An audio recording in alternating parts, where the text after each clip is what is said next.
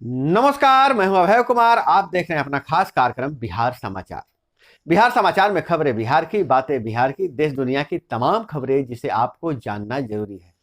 बिहार समाचार में हम खबर लेते हैं सत्ता के गलियारों से, पंचायत के गलियों से और गांव के चौपालों से, जो आपको रखता है अपडेट और आप रहते हैं आगे।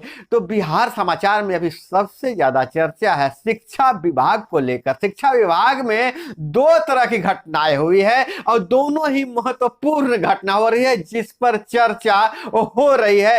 पहला जो है कि के पाठक के वापस लौटने के ते ही एक्शन में आना, और पाठक ने पत्र लिखकर सारे कमिश्नर से पूछा है कि यह कैसी सर्दी है जो स्कूलों पर ही गिरती है, कोचिंग सिनेमा हॉल पर नहीं गिरती है। और दूसरी शिक्षा विभाग से यह घटना जिसकी चर्चा है कि रामचरितमानस पर विवादित बयान और के पाठक से तलखियों वाले शिक्षा मंत्री चंद्रशेखर का इस विभाग से विदाई और नए शिक्षा मंत्री आलोक मेहता का आगमन, यह दोनों खबरों पहले हम लेते हैं। तो के पाठक ने पत्र जारी करके सभी कमिश्नर से पूछा कि भाई बात बात पर आप जो स्कूल बंद करने का डिसीजन लेते हैं उस पर रोक लगनी चाहिए। उन्होंने स्पष्ट 6 बिंदुओं में पूछा है कि धारा 144 के तहत आप विद्यालय बंद करते हैं, जब इन्हें इन्वॉक करते हैं तो सारे चीजों पर यह लागू होनी चाहिए, दुकानदारों पर, मॉल पर, सिनेमा घरों पर, लेकिन नहीं लागू होता है। उन्होंने स्पष्ट निर्देश दे दिया है, एक तरह से चेतावनी दे दिया है कि शिक्षा विभाग में ज्यादा हस्तक्षेप आप नहीं कीजिए। हमारा विद्यालय 9 से 5 बजे तक खुला रहेगा। इसके अगर समय में आप बदलाव करना चाहते हैं जिलाधिकारी महोदय, तो आप पहले शिक्षा विभाग को चिट्ठी लिखिए, शिक्षा विभाग से को सूचना दीजिए, शिक्षा विभाग आदेश जारी करेगा। अब कोई ऐसे ही नहीं करा पाएगा। और वहीं इनके चिट्ठी आते के साथ लखीसराय के डीएम ने स्कूल खोलने का आदेश दिया, तो नालंदा डीएम ने छुट्टी 23 तक बढ़ा दी। तो इनके जो पत्र जारी हुए हैं इसके लेकर अधिकारियों ने भी प्रतिक्रिया देना शुरू कर दी। हालांकि मीडिया में आकर तो नहीं बोले, लेकिन आप आदेशों के जरिए उन्होंने स्पष्ट कर दिया है कि के पाठक की जो राह है बहुत ही आसान नहीं है। अपर मुख्य सचिव के पाठक के निर्देश के बाद स्कूलों को 22 जनवरी को से खोले जाने के पत्र शनिवार देर शाम जारी कर दिया, मगर नालंदा लखीसराय में जारी हुआ है।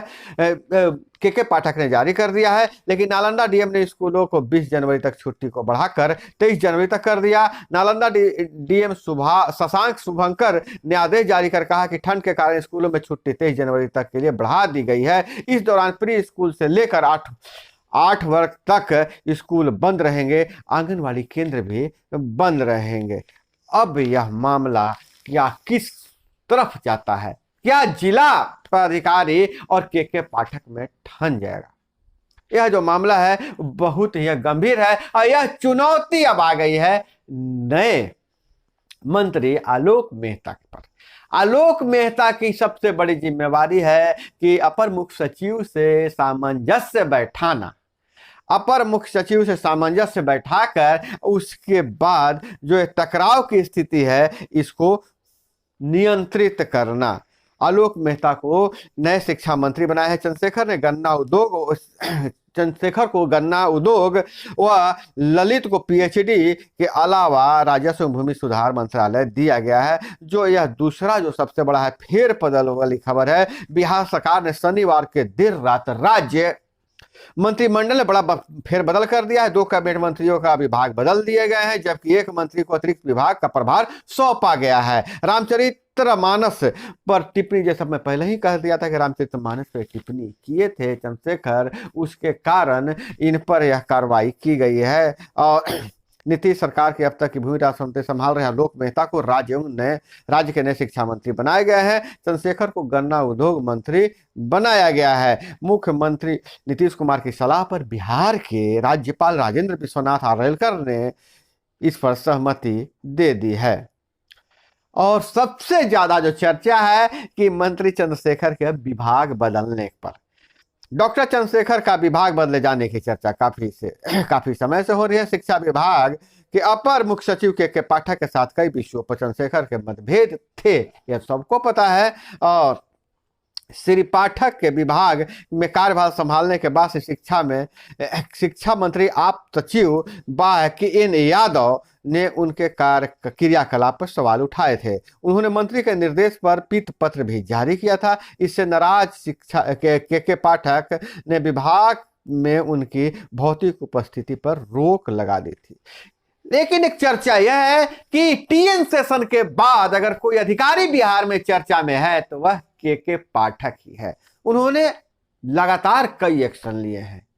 अगर कोई अपने विभाग के ही अगर कोई आप सचिव कुछ किया है तो उसके भौतिक उपस्थिति पर ही रोक लगा दिया था। तो यह बहुत बड़ी खबर है बिहार के लिए। अब दूसरी खबर यह है कि बिहार के युवाओं का होगा स्किल सर्वे। बिहार के युवाओं का स्किल सर्वे होगा। बिहार के युवाओं के दिलचस्पी किस क्षेत्र में है, इसका सर्वे होगा। श्रम संसाधन विभाग ने घर घर जाकर स्किल सर्वे का निर्णय लिया है। इसके लिए विभाग निजी एजेंसियों की सहायता लेगा। सर्वे का मकसद राज्य के युवाओं की रुचि और उसकी योग्यता को जानना है ताकि बिहार में उपलब्ध औद्योगिक इकाइयों की जरूरतों के रूप में पाटा जा सके।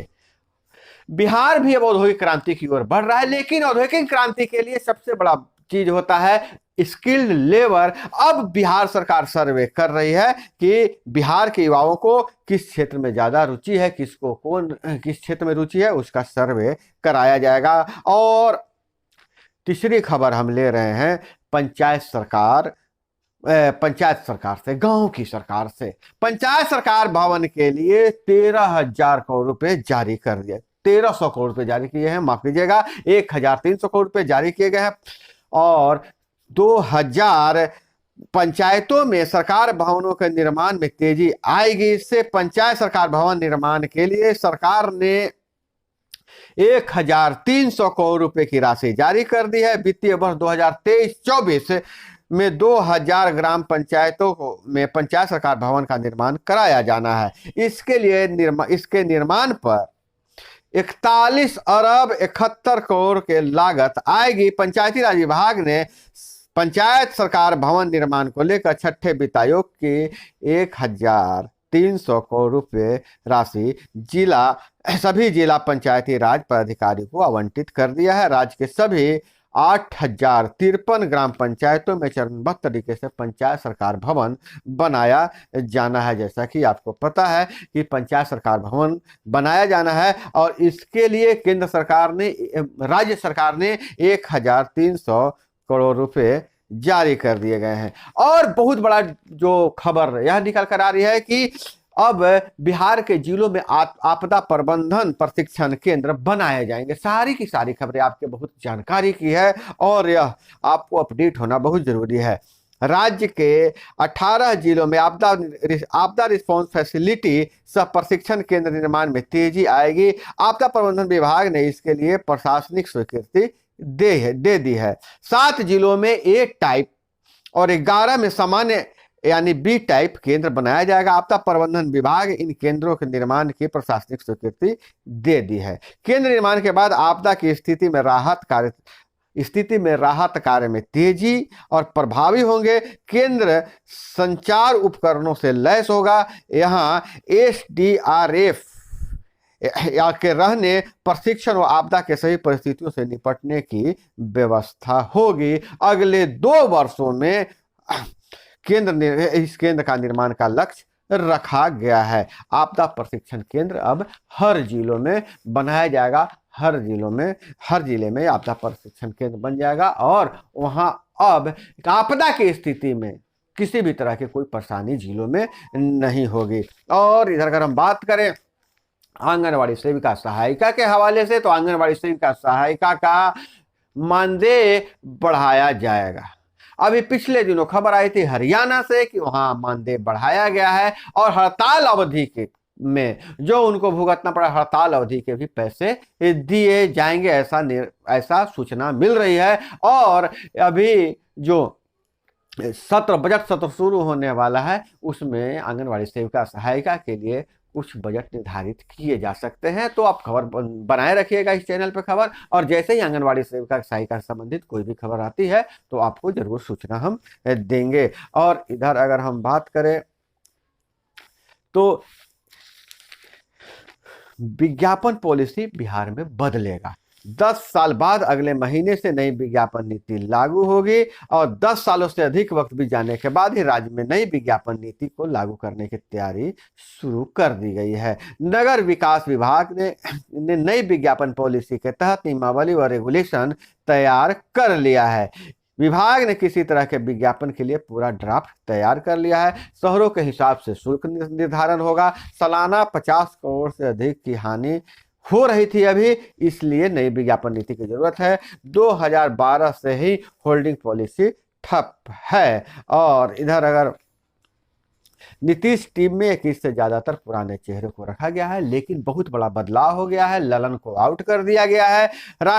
जदयू के राष्ट्रीय अध्यक्ष और मुख्यमंत्री नीतीश कुमार ने शनिवार को अपनी संगठन की टीम घोषित की। 11 नेताओं की इस टीम में ज्यादातर पुराने चेहरे हैं। सबसे खास तैनाती वशिष्ठ नारायण सिंह की रही है, वे उपाध्यक्ष बने। पिछली टीम में मंगनी लाल मंडल उपाध्यक्ष थे। माना जा रहा है कि नीतीश ने वशिष्ठ को उपाध्यक्ष बनाकर पार्टी में अनुभव पर भरोसा की तवज्जो दिया है, जिसमें धनंजय सिंह को बाहर का रास्ता दिखा दिया गया है। 2 सचिव भी किनारे हो गए, रविंदर सिंह और संजय वर्मा। और नीतीश कुमार की नई टीम में ललन को जगह नहीं दिया गया है। तो सोशल इंजीनियरिंग के मास्टर नीतीश कुमार अपनी पार्टी में भी किस तरह से फेरबदल करते हैं, उनके पार्टी के लोगों को भी पता नहीं रहता है। और इधर बिहार के अगर कैरियर की बात करें तो इंजीनियरिंग की तुलना में मेडिकल क्षेत्र में ज्यादा दिलचस्पी ले रहे हैं बिहार के स्टूडेंट। अब बिहार के स्टूडेंट इंजीनियर बनने से ज्यादा डॉक्टर बनने में भरोसा रख रहे हैं। इस क्षेत्र में अब ज्यादा रुचि रखा जा रहा है। और खास करके जदयू कार्यालय में बैस समाज के 600 लोगों ने ली पार्टी की सदस्यता, जिसमें कंचन गुप्ता प्रमुख रूप से हैं शामिल। पहले कंचन गुप्ता जदयू में ही थी, लेकिन अब फिर बीच में वह जदयू से बाहर चली गई थी, और ललन के हटने के साथ ही फिर भी जदयू में चली आई है। नीतीश कुमार ने लौटाया बिहार का पुराना गौरव। इन्वेस्टर का विश्वास मजबूत हुआ है। जदयू कार्यालय में बैस समाज के 600 लोगों ने ली पार्टी के सदस्यता। और इधर अगर हम बात करें तो शनिवार को 600 अधिक लोगों ने सदस्यता ली है, जिसकी अध्यक्षता विधान पार्षद ललन सर्राफ ने की है। इस दौरान पार्टी के प्रदेश अध्यक्ष उमेश सिंह कुशवाहा ने कहा है कि नीतीश कुमार ने दानवीर भामा सिंह की जयंती को राजकीय सम्मान समारोह के रूप में मनाने की एवं राजधानी पटना में उनकी आदमकद प्रतिमा स्थापित कराई है। तो अब भाजपा के वैश्य वोटों पर सेंध लगाने के लिए नीतीश कुमार ने बहुत बड़ा दांव खेल दिया है। और वहीं अगर हम बात करें कि राम जन्मभूमि को लेकर, तो पूरा देश अभी राममय है, और जगह जगह राम जन्मभूमि में प्राण प्रतिष्ठा की तैयारी चल रही है। बिहार के हर कस्बे, हर गांव, हर पंचायत, हर मंदिर से राम धुन सुनाई दे रहा है। तो कहीं दिए की बिक्री बढ़ गई है और सजावट की सामान खरीदी जा रही है। तो पूरे बिहार में राम जन्मभूमि में प्राण प्रतिष्ठा की तैयारी चल रही है। आपके शहर में तैयारी कैसे चल रही है वो जरूर बताइएगा। और राम भक्तों का सैलाब अयोध्या में पहुंच चुका है, और अयोध्या छावनी बना हुआ है। तो इधर पूरा जो अयोध्या है से पूरा वीआईपी बना हुआ है। कहा जा रहा है कि इससे सुंदर कभी अयोध्या दिखा नहीं था, और अयोध्या अभी स्वर्ग नगरी लग रहा है, बिल्कुल एकदम